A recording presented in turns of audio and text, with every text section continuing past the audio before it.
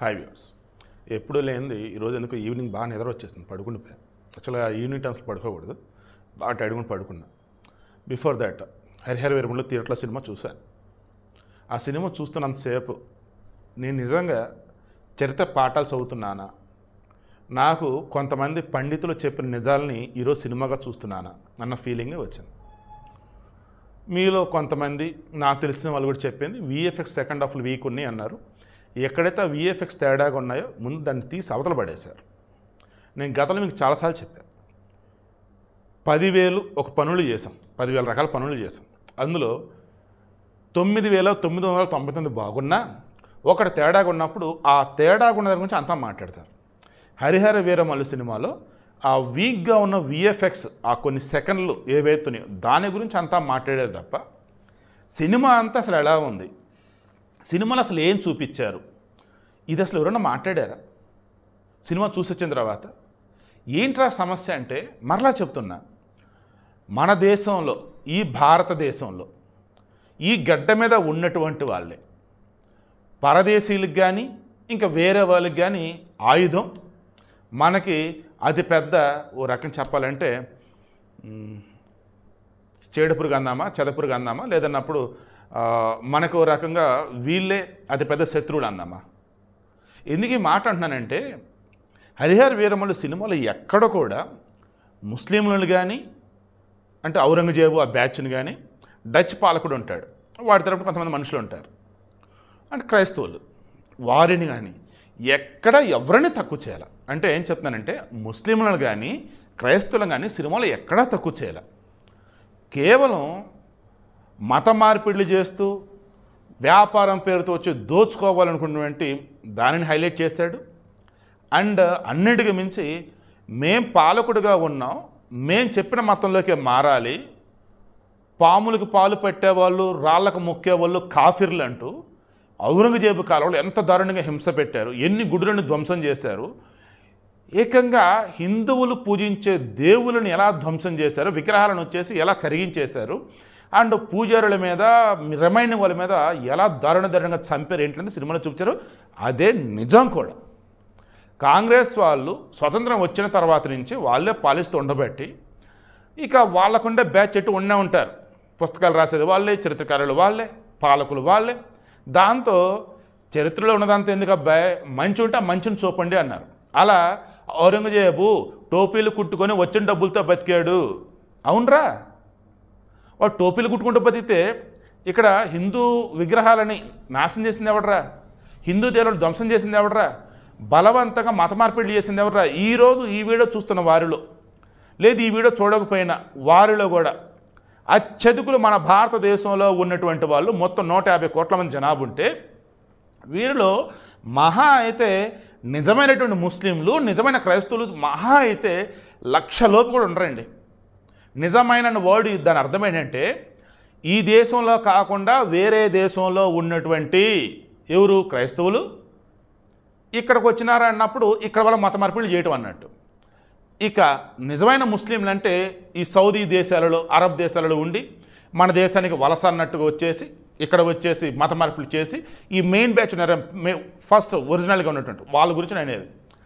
ఇంకా ఆల్మోస్ట్ అంతా మత మార్పిడిలేనండి. ఈరోజు కేరళలో క్రైస్తవులలో చాలామంది ఫుల్ సౌండ్ పార్టీ, ముస్లింలు ఫుల్ సౌండ్ పార్టీ ఉంటారు. ఎవరు వీళ్ళంత అంటే ఒకప్పుడు హిందువులు, వారు అత్యధికంగా బ్రాహ్మణులు, ఆ తర్వాత మత మార్పిడి గురైనారు. హ్యాపీగా వాళ్ళ దగ్గర డబ్బు అలాగే ఉంది అండ్ అసలు ఎవరు ఏమి ఇబ్బంది పెట్టలే. ఔరంగజేబు కూడా ఇదే సినిమాలో కావచ్చు, రియల్ లైఫ్లో, సినిమా పక్కన రియల్ లైఫ్లో కూడా ఔరంగజేబు ఒకటే అంటాడు, మీరు మా మతం మార్చుకుంటే సరి, నిన్ను అసలు ఎవడేం కదిలేడు, నువ్వు మా మతం మారలేదా జిజియా పన్ను కట్టు. ఆ జిజియా పన్ను వచ్చేసేందుకు నువ్వు హిందూ మతాన్ని ఫాలో అవడానికి జిజియా పన్ను. ఇది కాకుండా నువ్వు తీర్థయాత్రకు వెళ్తున్నా పన్నులు కట్టాలి, నువ్వు దేవుళ్ళకి సంబంధించి పూజలు చేసుకుంటున్నా సరే, ఇంకా వేరే వేరే ఏదైనా చేసుకున్నా సరే పన్నులు కట్టి, ఇలా చెప్పుకుంటూ పోతే దారుణాలు రా బాబు. అవేరే ఈ సినిమాలో చూపించాడు క్లియర్గా. పవన్ కళ్యాణ్ ఆ dialogues I think Borra Sai Madhavan చాలా బాగా రాశాడు. అతను మన మన బాలకృష్ణ సినిమా ఉండేది కదా రీసెంట్, మన క్రిష్ డైరెక్షన్లో వచ్చింది. సో అందులో కూడా గౌతమిపుత్ర శాతకర్ణి అందులో డైలాగ్ అద్భుతంగా రాస్తాడు. ఇందులో కూడా మన పోరాటానికి అర్థం ఉంటే మన యొక్క ఎఫర్ట్స్ అంటే ప్రయత్నాల్లో నిజాయితీ ఉంటే పంచభూతాలు మనకు సాయం చేస్తే అంటాడు. నేను నమ్మేది ఇదే స్వామి, నిజంగా చెప్తా. ఐ స్వేర్ అండి, నా ఫ్రెండ్స్ చాలామంది ఎంబీఏలో ఇప్పుడు నేను ఓపెన్ అవుతున్నా, నా ఫ్రెండ్స్లో కొంతమంది నన్ను ఎంత బాగా చూసుకుంటున్నా, ధర్మరాజు లాంటి నువ్వు అని అంటున్నా. కొన్నిసార్లు నేను చెప్పే మాటల్ని సరదాగా ఫ్లోలో సొలిజాపకరా శివగో ఇలా అనేవాళ్ళు. ఏంట్రా అంటే, నేను అనేవాడిని ఇంటర్వ్యూలు చేస్తా, నేను అనేవాడిని సినీ సెలబ్రిటీలతో వచ్చేసి పని చేస్తా, నేను అనేవాడిని ఎవరైనా సరే కడిగి పారేస్తా అని చెప్తూ ఉంటే వాళ్ళు వినలా, నమ్మలా.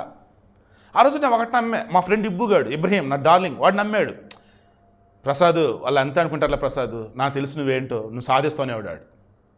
ఈరోజు నేను సాధించా. ఎవరో ఒకరు క్వశ్చన్ అడిగే సంబరాలు కొట్టుకుంటూ ఫోటోలు పెట్టుకున్న బ్యాచ్ వాళ్ళతో ఇంటర్వ్యూలు చేసి ఉన్నా. అండ్ సినిమా యాక్టర్లతో వచ్చేసి 2008 to 2010 మధ్య ఇన్ఫిల్మ్ బ్రాండింగ్ ఇన్ఛార్జ్గా ఉన్నప్పుడు వాళ్ళతో బోల్డెన్ సినిమాలు నేను కలిసి పనిచేశాను. బట్ ఎప్పుడు ఎక్కడ ఫోటో తీసుకోవాలా.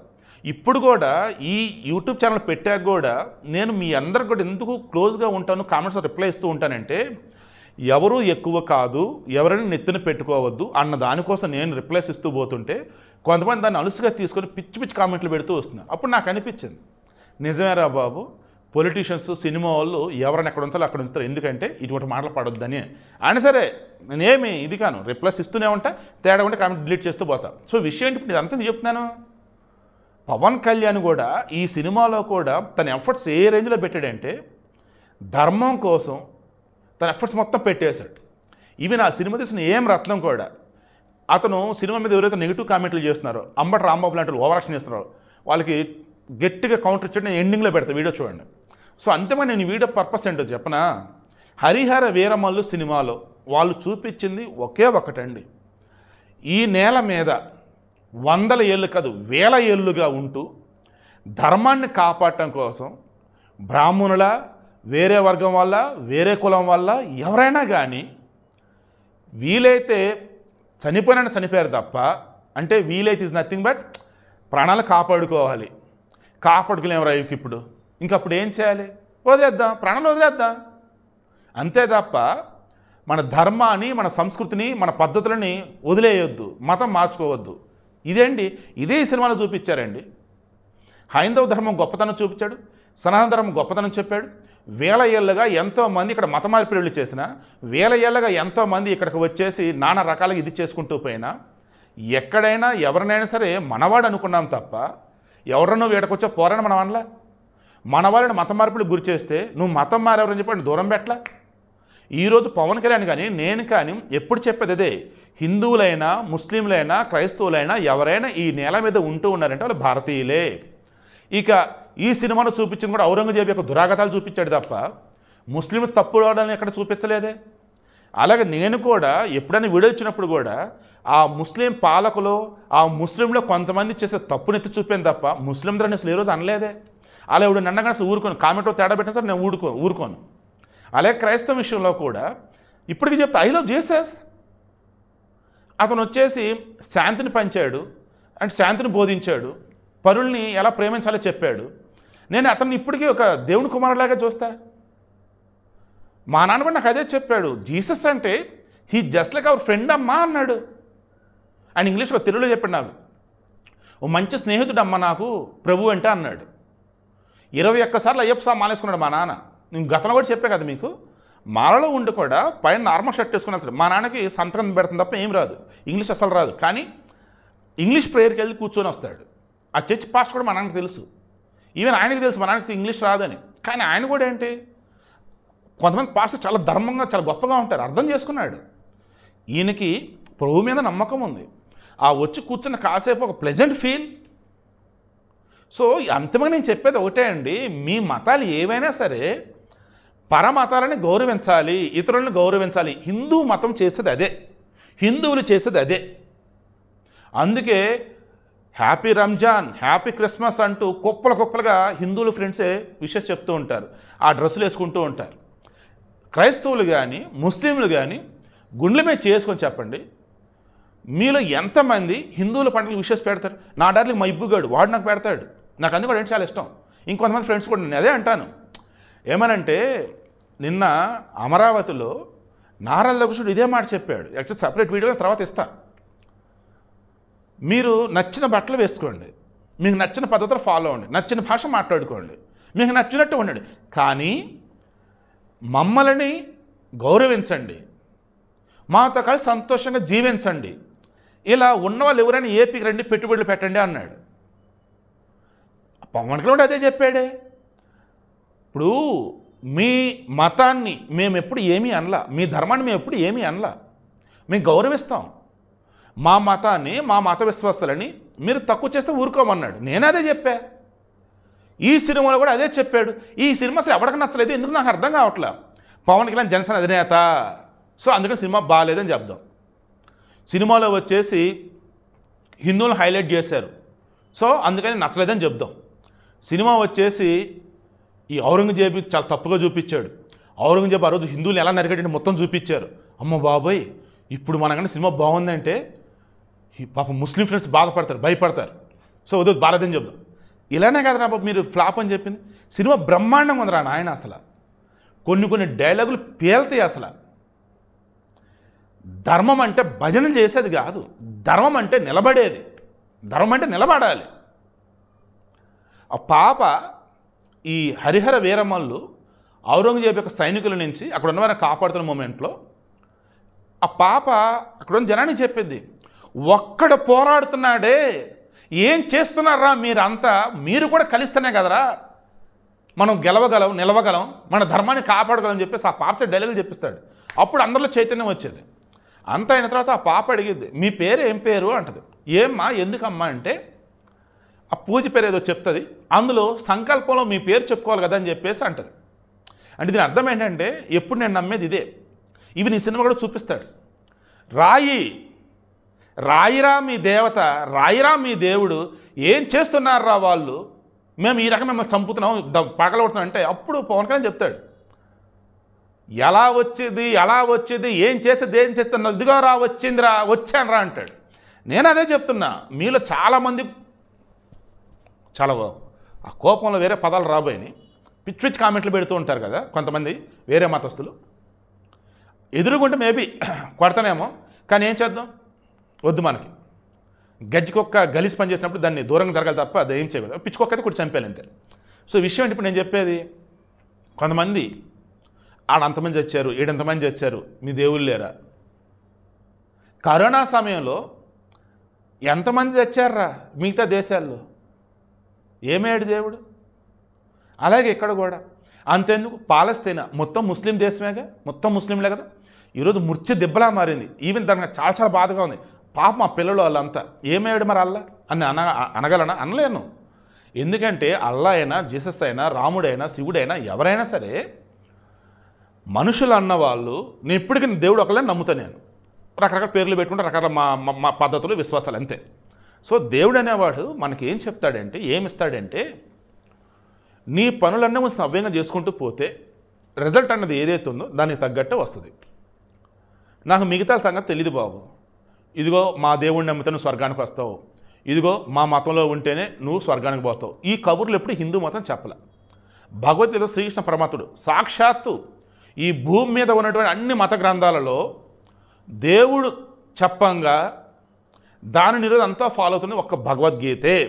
ఎస్, భగవద్గీత అన్నది మన మహాభారతంలో భీష్మ పర్వంలో ఒక పార్ట్. అది రాసింది వచ్చేసి వేదవ్యాసుడే, ఓకేనా.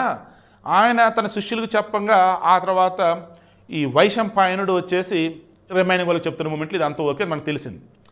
అయితే ఇక్కడ నేనేమంటాను, ఈ భగవద్గీత అన్నది సాక్షాత్తు శ్రీకృష్ణ పరమాత్ముడు తన విశ్వరూపాన్ని చూపి అర్జునుడు చెప్తున్నప్పుడు అక్కడ వచ్చేసి ధృతరాష్ట్రుడికి కూడా చెప్తూ ఉంటారు అక్కడ.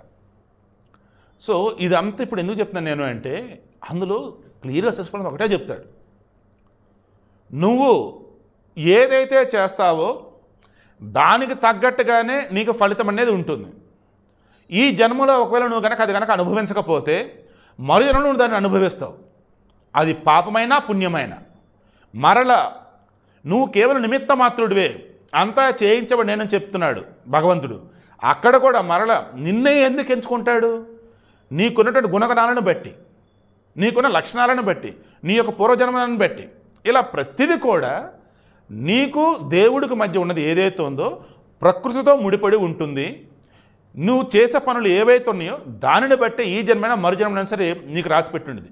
సరే మరుజన్మ లేదు, నేను నాస్తికుడిని, ఎస్ నువ్వు నాస్తికుడివే, దేవుడు లేడు, ఓకే లేడు, మరుజన్మ లేదు, ఏం లేదు, ఈ జన్మ నేను ఏదైతే చేస్తానో అది నాదయ్యా, ఓకే రైట్.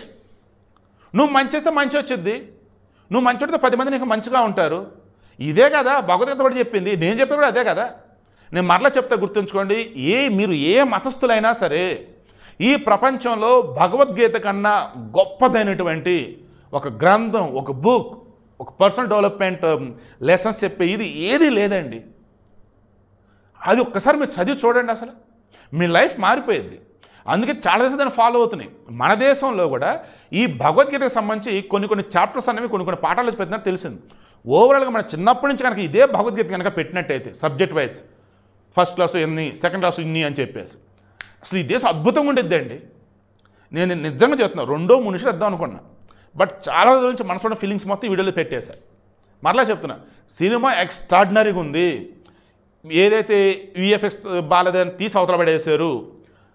రేపు ఆగస్టు 1వ తారీఖు నుంచి హిందీలో సినిమా రిలీజ్ కాబోతా ఉంది. బ్లాక్ బస్టర్ ఇట్టు కొట్టే చూడండి, 500 కోట్ల పైచ కలెక్షన్స్ వస్తే చూడండి. మరలా చెప్తున్నా, మన భారతదేశంలో తెలుగు వాళ్ళంత స్వార్థపరులు ఎవరూ లేరండి. ఎస్పెషల్లీ ఇప్పుడున్నటువంటి జనరేషన్ అయితే ఇంత స్వార్థంగా నేను ఎక్కడ చూడలే. వాడెవడో పేటీఎం బ్యాచ్ నెగిటివ్ రివ్యూ పెడితే నువ్వు దాన్ని ప్రచారం చేయటం ఏంటి? జర్నలిస్టులు ముసుగులో ఉండి వాడు డబ్బులు ఇస్తే రాంగ్ అంటారు, నెగిటివ్ రివ్యూ ఇవ్వటం ఏంటి? కన్నప్ప మూవీ అండి, నేను చూసా, దాని మీద నెగిటివ్గా నాకు ఇవ్వడానికి కనపడలే. 100 కోట్లు పెట్టి తీశాడు. సినిమా వచ్చేసి భక్తికి సంబంధించింది, ఎస్ ఎక్స్పోజింగ్ ఎక్కువ ఉంది అండ్ కొన్ని చోట్ల డ్రామాటికల్గా ఉంది. దానివల్ల నేను నెగిటివ్ రివ్యూ అసలు ఎందుకు ఇవ్వాలి? నెగిటివ్ రివ్యూ అంటే నేను ఏమంటానంటే, కొన్ని సినిమాస్ మనం రివ్యూలు ఇవ్వచ్చు, సమాజం చెడగొట్టే విధంగా ఉంటేనో లేదన్నప్పుడు ఏదైనా చెడుగా ఉంటేను. కన్నప్పలో అలా ఏం లేదే. తిన్నడనే ఒక భక్తుడు, ఒక మోటోడు, నిరక్షరాస్యుడు, అతను ఎలా ఉంటాడు ఏంటి, చివరికి దైవం అంటే ఏంటి తెలుసుకుంటాడు. సినిమా వచ్చేసి న్యూజిలాండ్లో తీశారు, విజువల్స్ కూడా చాలా బాగుంటాయి. దాని మీద కూడా నాకు నెగిటివ్ కొంతమంది రివ్యూలు ఇస్తే చూస్తే ఎందుకు వెళ్ళేస్తారు ఏంటి అబ్బా అనిపించింది.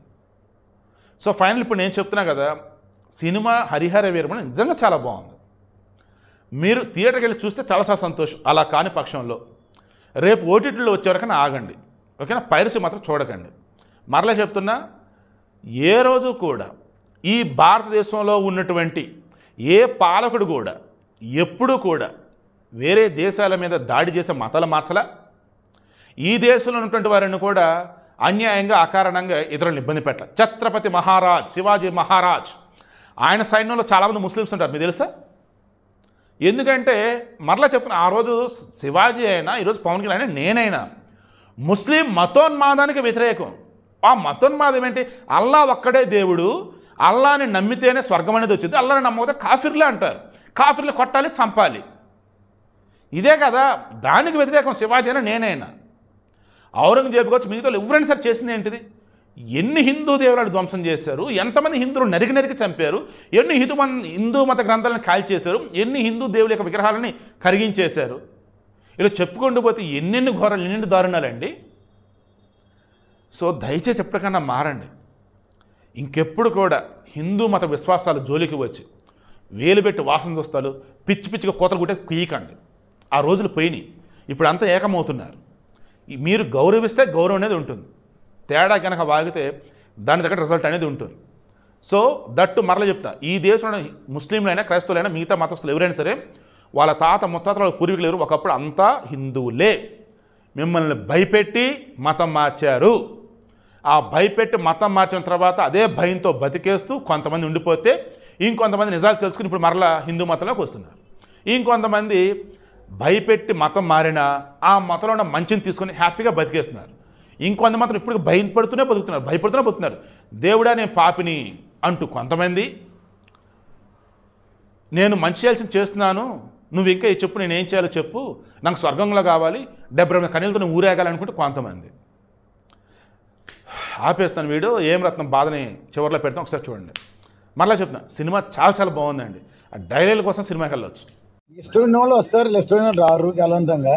సో కావాలని గిట్టని వాళ్ళు అంబటి రాంబాబు గారు కానీ ఇంకెవరు కానీ టికెట్ రేట్లు పెంచారు, దోచుకుని అసలు సినిమా తీస్తే ఆయనకు తెలుస్తుంది. ఆయన వచ్చి రోడ్డు మీద డ్యాన్సులు ఇస్తే కాదు, నా పర్సనల్గా అనకూడదు, కానీ ఆయన అన్నారు కాబట్టి ఇప్పుడు అంటున్నాను నేను. సినిమా తీయమనండి, అప్పుడు తెలుస్తుంది. నాతో వచ్చి సినిమా తీయమని నాతోటి పని చేయమనండి, అప్పుడు తెలుస్తుంది.